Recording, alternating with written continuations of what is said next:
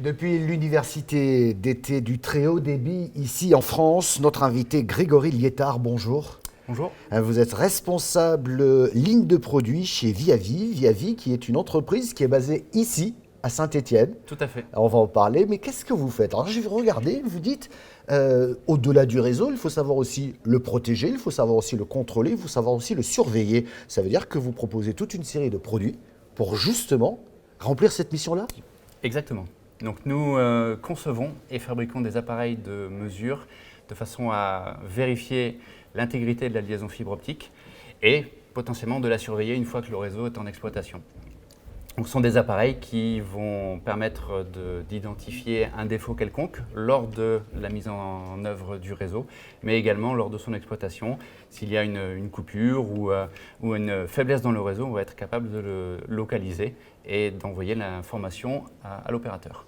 Ce qui veut dire que maintenant, lorsqu'on assiste au déploiement, il faut aussi ajouter les produits que vous fabriquez dans le cadre de ce déploiement pour être sûr que demain, lorsqu'on va appuyer sur le bouton et que le réseau va fonctionner, il sera capable, il sera surveillé, contrôlé en permanence. Oui, alors c'est le cas. En fait, nos appareils sont utilisés lors du déploiement de la vie du réseau.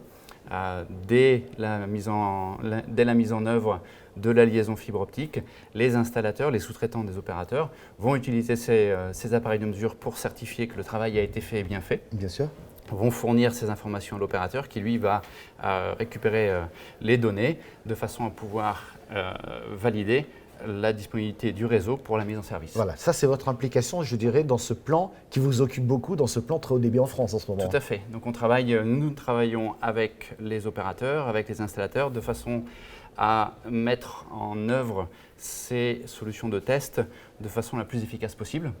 Donc notre objectif est non seulement de fournir la bonne mesure et la bonne donnée, mais également de faire en sorte que le déploiement du réseau et son contrôle se fassent le plus efficacement possible, de façon à ce que la disponibilité du réseau soit immédiate une fois que le travail a été fait. Ah ouais. Alors ces appareils de mesure de contrôle sont fabriqués, je crois, ici même, à Saint-Étienne. Ils sont fabriqués à Saint-Étienne, oui. Il y en a 10 000 par mois quand même, donc ça veut dire qu'il y a un rythme quand même… Par an, pardon. Par an. Ça veut dire qu'il y a un rythme quand même assez freiné. Oui, il y a un rythme assez important.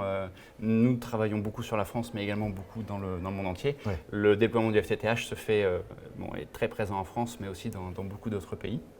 Et donc Saint-Étienne est le centre de compétences tests et mesures fibre optique du groupe Viavi. Et nous sommes un des leaders mondiaux. Je me posais la question, le contrôle et la surveillance et la qualité du réseau, pour faire simple, il est de quel ressort? De l'utilisateur, de l'exploitant du réseau, de l'opérateur? Qui s'occupe de quoi? C'est une très bonne question. C'est assez complexe. Tout dépend qui possède l'infrastructure, qui gère l'infrastructure du réseau, et également au niveau du service, quelles sont les conditions attendues, les accords de service qui peuvent être passés entre l'opérateur d'infrastructure et l'opérateur commercial.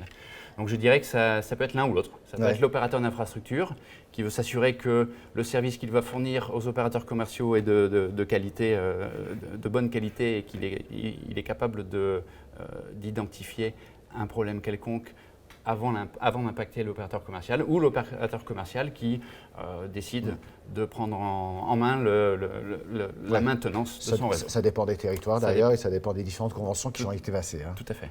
Alors je reviens juste sur ces produits. L'objectif est, en cas de coupure, vous êtes capable d'analyser aujourd'hui sur la fibre où est le mal, si j'ose dire, ou peut-être même de prévenir qu'il y a une difficulté à tel endroit, point de connexion, ce que vous voulez.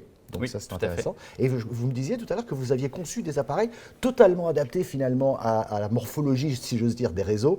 Vous dites que vous avez designé d'une certaine manière, et pour qu'ils puissent être mieux intégrés, si j'ose dire. C'est ça l'idée? Alors c'est tout à fait l'idée, puisque de par la nature du déploiement des réseaux FTTH, on va se retrouver avec des réseaux enterrés, des réseaux aériens, travailler sur des chambres d'épissurage très petites, sur des armoires de rue. Donc il faut designer, comme designer le produit pour faire en sorte que le technicien ait l'outil le plus adapté possible à son travail. C'est vrai qu'on a parlé beaucoup de fibres, etc. On n'a pas parlé effectivement de surveillance et de contrôle lorsqu'il va être en plein fonctionnement. Quels sont vos dossiers du moment? J'imagine que ce plan vous occupe beaucoup. Oui, ce plan nous occupe beaucoup, parce que comme je le disais, on essaie de travailler en étroite collaboration avec à la fois les opérateurs d'infrastructure, les opérateurs commerciaux et les sous-traitants.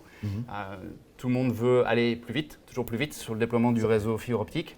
Le test et mesure est partie intégrante de ce déploiement. Donc au plus on peut être efficace, au plus on peut rapidement identifier d'éventuelles faiblesses, au plus on pourra être proactif et rendre le réseau disponible. Voilà. Donc on travaille avec ces différents intervenants de façon à définir des outils qui permettent de gérer le flot de tests plus rapidement. Et aujourd'hui, vous installez dans le cadre du déploiement du réseau et demain, vous allez assurer la maintenance de ces outils de surveillance. C'est bien ce qu'on va faire. Voilà, ça sera la deuxième étape. Tout à fait. Merci beaucoup, Grégory Liétard, d'avoir répondu à nos questions. Merci.